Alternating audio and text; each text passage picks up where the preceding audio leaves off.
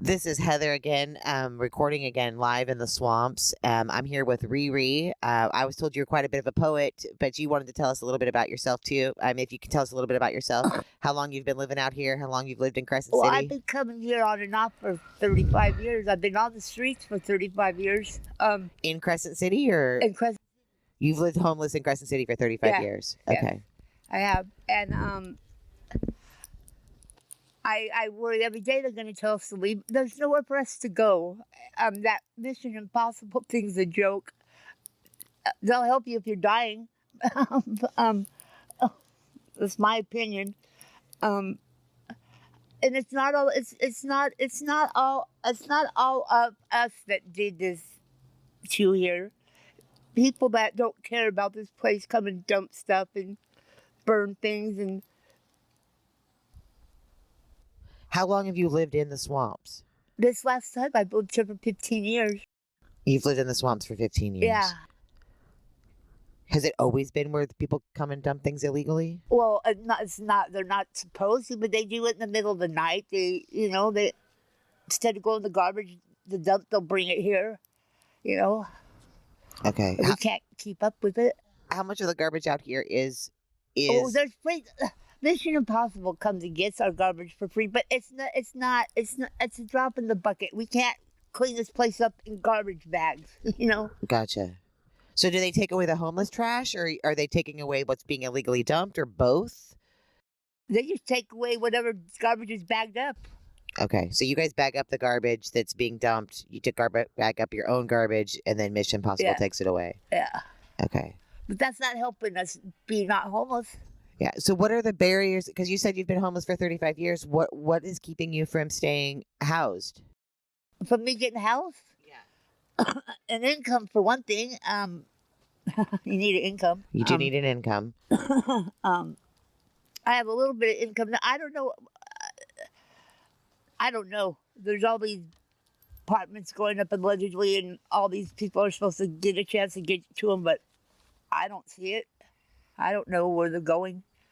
Because maybe I could name 5 people here that have gotten out of here, but they were almost dying. So is it?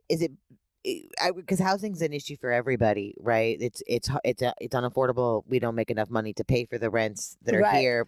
Nobody can afford a mortgage anymore. Right. So is it a matter of triaging? Is the people who need it the most get out first, or is it? I don't understand. I mean, because it kind of makes sense to me, like just like in a medical situation, you take the most serious cases first. Is that what they're doing? Is they're helping the most serious cases first? I don't know how she does her pecking order, but all I see is she's putting a Band-Aid on something that needs stitches. She's just helping us get through day to day. She's not helping us get anywhere, get out of here. She's helping us make it through the day, but that's not getting us anywhere. So you kind of referenced, RiRi, you kind of referenced about how this time, have you been, in the last 35 years, have you been housed for any length of time? Oh, I've stayed with friends here and there. No. Okay, but not your own place. No. Okay. So like if somebody gave you a house tomorrow to go and live with, would you know how to to maintain it and take care of the things in there? Oh, yeah. You should come and look at, yeah. Out here, you should see my place. So beautiful inside. You've got a beautiful I've place got a out here. motorhome, but it can't be parked in a trailer park anywhere because it's not up to licensed and all that needs to be. And, all I can see is they're going to come down here and they're going to bulldoze my home. What the hell? And you've lived in that home for the past 15 years? No, I've lived in this other little trailer right over here at my camp, which is one of the cleanest camps here. And my friend got me this motorhome, and I moved into it How long ago was that? 7 months ago. Oh, so 7 months ago you got the motorhome you're currently in? Yeah. And prior to that you were living in the camp down I the was living lane? in a little trailer right over here, yeah. Okay. What, if you don't mind my asking, what has caused you to be homeless 35 Wh- years When ago? when I was in my 20s, me and my husband broke up. He took my kids from me, and I ended up on the street, and I've been here ever since. Ever since. Wow. What do you want people in the community to know about your story and your experiences being homeless for 35 years? Well, like I said, this is my home down here, and these are my people. And I mean, not I mean the old elk, the ones that've been here longer. Um, like I said, I worry every day that they're going to make us leave. I don't know where to go. And I know this place has become a mess, and I know that it makes me sick, but I can't do anything about it. I can't personally do anything about it. How old are you, Riri? I'm 65. You're 65. Yeah. I'm going to sing my homeless poem, okay? Oh, I absolutely would love to hear your Okay, poem. I wrote this. It's called Homeless. It goes, homeless seems to be a dirty word. They look at us like we're scum, like we're the filth of the earth. They judge us by the way we walk. They judge us by the clothes we wear. They even judge us by the color of our hair. We have to come up with a solution. There is no quick fix. If we don't figure something out, everyone could end up homeless. It could happen in a blink of an eye. All it would take is to miss a check or lose your job, and you'd be on the street coming to one of us asking us where there's a safe place to camp. Life seems to run in cycles. It's been noted since the beginning of time, and when the cycle's over, you're right back where you began. We have no running water or electricity to speak of. We live like the Ingalls or the Waltons on a mountaintop. It was okay back then. I don't see why it's not now. No one really cares about the land we live on anyhow. You can't blame all the homeless people for the trash that's left behind. Some of us respect Mother Nature and the way we keep our camps.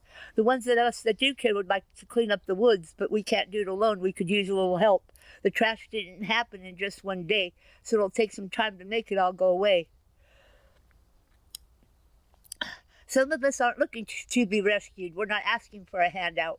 It's our choice to live this way. We don't need to be ridiculed and talked bad about. People with houses wish they could make us all go away, but that's not going to happen. In fact, there'll be more of us with each passing day. Strength comes in numbers. We all need to be on the same side, and even though we're homeless, we still have our pride. It takes a very strong person to live on the street. Nothing comes easy, and there's little time to sleep. It's a struggle to come up with what you need every day, whether it's batteries for a flashlight or a warm, dry place to sleep. Thank you, Riri. I appreciate you sharing that. Do you have other poems that you've...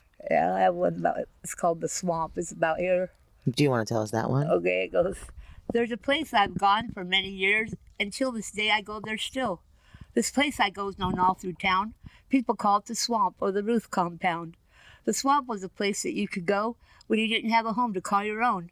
It didn't matter the time, early in the morning or late at night. You can always find someone awake at the Swamp.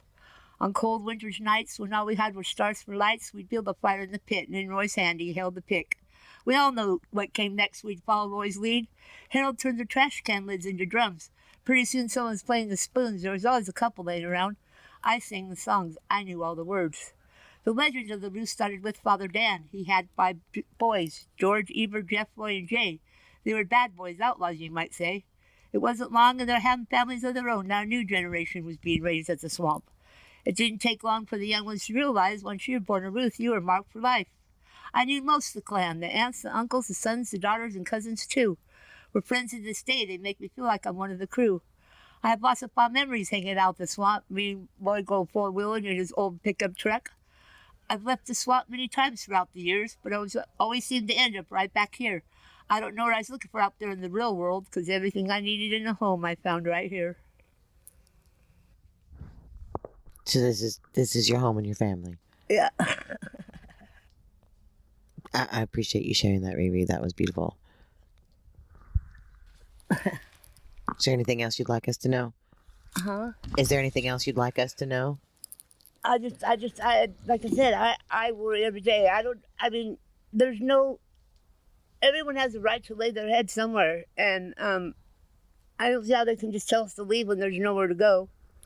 With the tiny homes being built and the shelter that's being built, over, was it off of Williams Drive over there in town?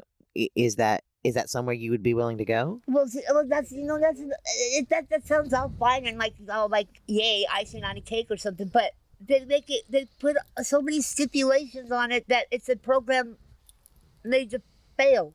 Like they treat you like your kid. You have all these rules you have to go by, and you know what I mean. It's like crazy.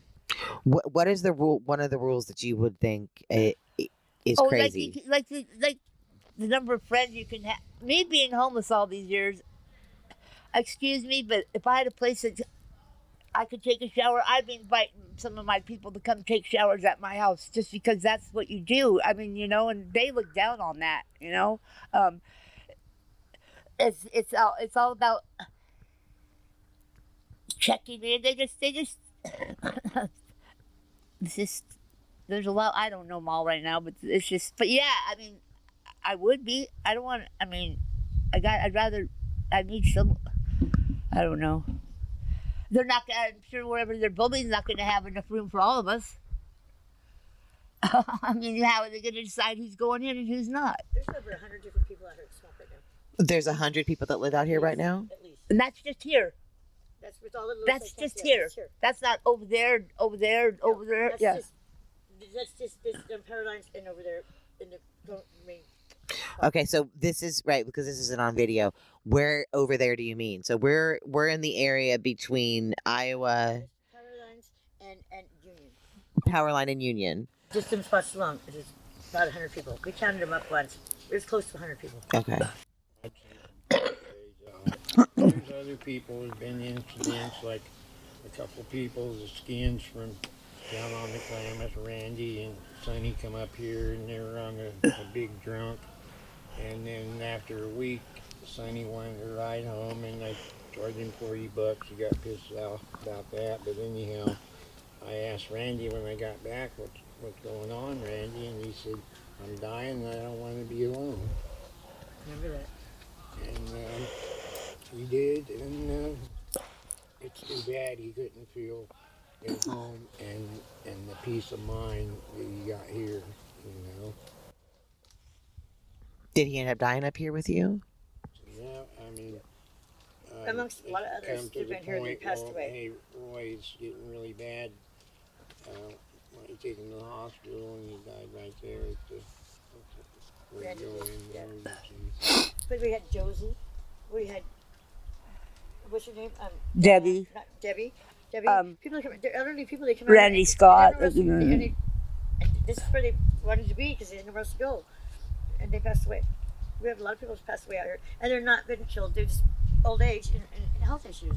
And people here feel like if they get here and see it and they don't step out of line too much, then they feel that they're protected, from other people like living on the street and see it here you are cooped up under a tree or whatever, and then somebody else coming by and taking all your shit,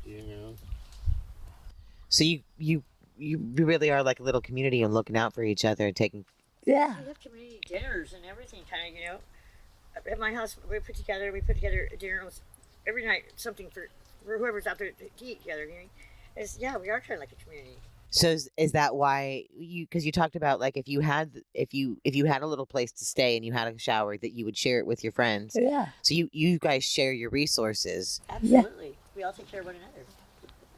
Yeah, because there's not enough to do it by yourself. People that don't have cars, the other people that do have cars, take them to the stores and stuff. We all help one another. And I taxi a lot of people to the stores and the hospital, and they can't afford a cab or whatever, and then we already got the ambulances coming in here way too much, Most of the people that are out here right now are elderly or handicapped or on SSI. Almost all of them. Okay. Some that aren't, but most of them are. And I'm sorry, what was your name? Vickie, Your name's Vickie. How old are you, Vickie? 55. 55. And I do a lot of the cleanups out here. And I take in the handicapped people and I have them do the cleanups with me to keep them occupied so they're not getting in trouble other places. So But we also help And, one another out. and you know, this place, it's not like in the cities where you see people like sleeping in store doorways and along the roads and not down Main Street. I mean, we're hidden back here. We got to be somewhere, you know. We're out of the view of the public. We're not out wandering the streets, you know. Yeah. Well, thank you for sharing your thoughts and your ideas and your poetry with us. I appreciate it immensely. Thank you so very much.